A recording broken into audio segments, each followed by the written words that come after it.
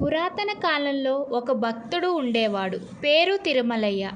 అతడు శ్రీ వెంకటేశ్వర స్వామి ఆలయంలో ప్రతిరోజు సేవ చేసేవాడు. ఎవరికీ చెప్పకుండా ఆలయంలో క్లీన్ చేయడం, పుష్పాల అలంకరణ చేయడం, దీపాలను వెలిగించడం లాంటి పనులు చేసేవాడు. అతని దగ్గర వసతి లేదు, భోజనం లేదు, కుటుంబం లేదు.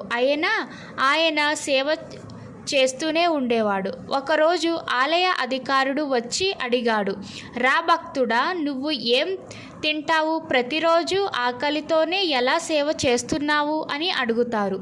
అప్పుడు ఆ భక్తుడు సమాధానం చెప్తాడు, నాకు స్వామిని దర్శించడం చాలు, ఆయన చరణాల దగ్గర సేవ చేయడం చాలు. నేను గాలి తింటున్నా, కానీ నా మనస్సు తృప్తిగా ఉంది.